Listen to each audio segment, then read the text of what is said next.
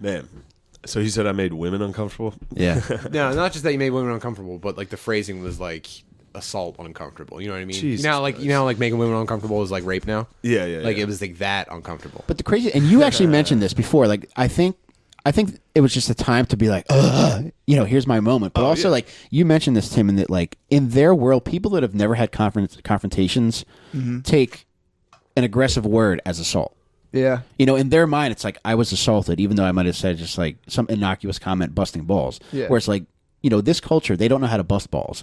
They don't get that. Like if somebody says something mean about your hair, you say the same thing back about them having fucking fat tits or something like that. It never occurs to them. They just go home and they'll just write poetry all night. I was assaulted. Yes. Yeah. I think that's what shocks a lot of these people. Like they move to a city, right?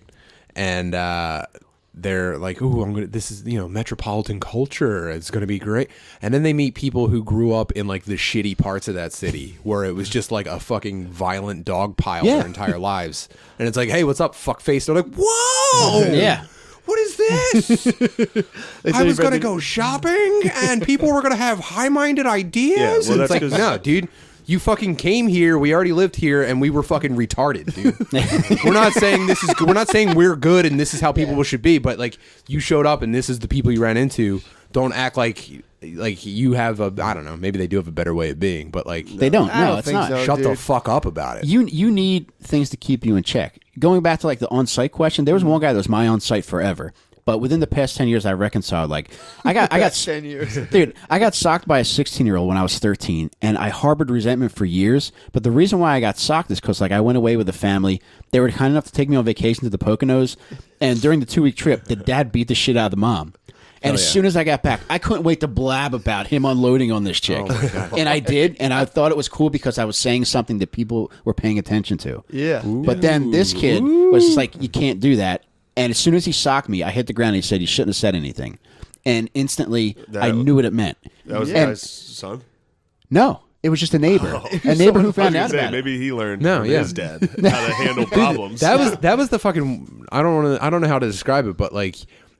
In a conflict, it was like amorphous, and you could get socked by anybody. Yeah, like it didn't have to be the person that you had a problem with. Like someone was just going to sock you just to remind you that socking was on. It was the like an Amazon delivery. They knock at your door, then you just get punched. I got punched by a stranger on the bus when I was in high school. I had to take 2 buses, SEPTA buses, to get to high school, and on one of them, someone nudged me into a grown man.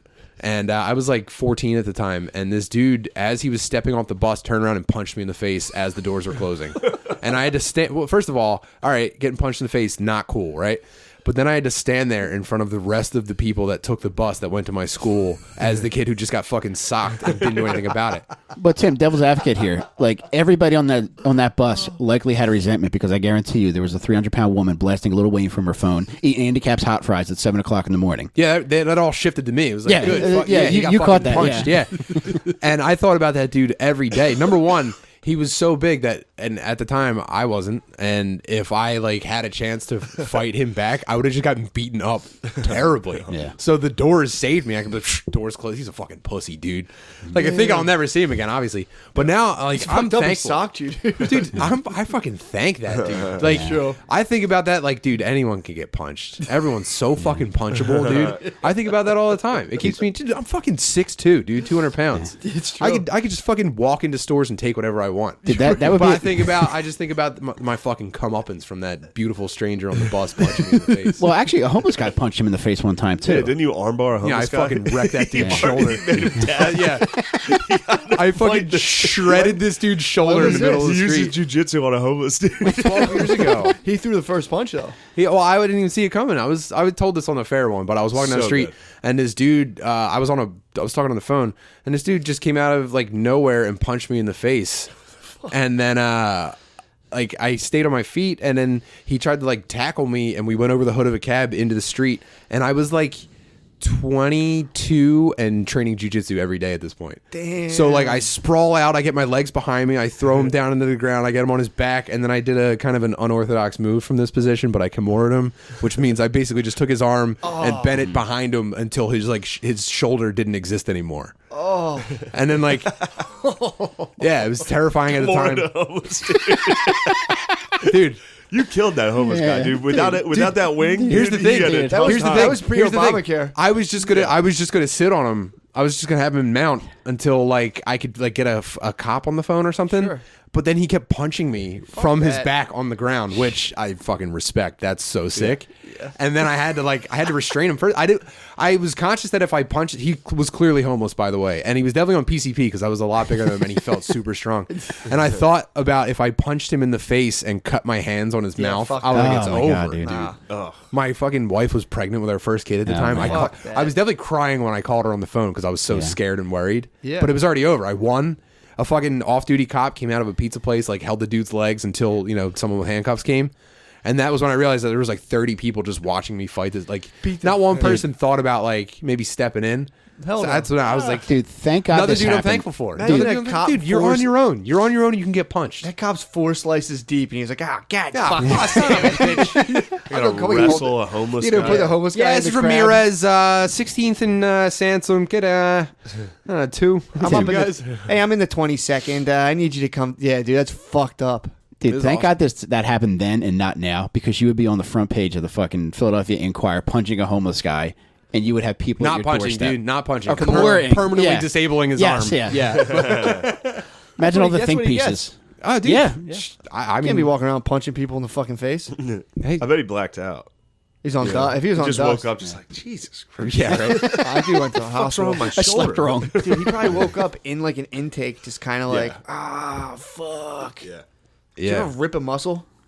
I don't think Yeah. so. Fucking kills, Absolutely. dude. It's the worst. But yeah, I don't like fighting anymore now. Nah. I think as a sport, it's super fun, but like I said, dude, I thank these people for these fucking lessons. You know what I mean? Yeah, it's true. You can tell people who've never gotten punched in the face before. Yeah. Oh, without a Dude, doubt. their outlook is Yeah. garbage. You know what I mean? They have True. no perspective on anything, and they lack a kindness in their hearts that being punched can teach you.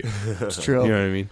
Yeah, anyone who ever, especially like, I've never really beefed with a lot of people in comedy scene, but there was one person who started talking a bunch, just out of nowhere, started talking all this shit on Facebook. Dude, the way you yap and pop off when you haven't been fucking socked. Yeah, it was crazy. And You I could saw tell him I he's saw him despicable. in person and was like, dude, like I'm not even mad. I'm not going to do anything to you, but like just know that like honestly, I really at the time I really wanted to. And I'm not going to do it now. And he was just like, "Oh no, yeah, I'm sorry, man." Blah blah. It was like it fucking pissed me off, man. Yeah. But you know what, Matt? Even like that conversation was probably enough to get him to think twice again, because he probably didn't have another man look him in the eye to say what you did was fucked up, and I wanted to do this to you. Just see, so you I know. don't think. I think what happens is, if you go say something to any of these comics, and like, hey, I would have fucked you up if I saw you. Yeah. Yeah. They'll go. In person, they'll be like, "Oh, okay, I'm sorry." Yeah. As soon as they go home, it's the same thing. They'll Yeah. be on Twitter and be Yeah. like, "He threatened to assault me Yeah. tonight." So they're Yeah, there's no shame. Yeah. I would be like disgusted if I was like, somebody yeah. threatened Somebody to attack. walked I up would to be me and like, was like, "Fuck "I that." was gonna fuck you up." I'd be like, "Phew, Yeah. Thanks for not. First of all, "Thanks for not Yeah. fucking me up."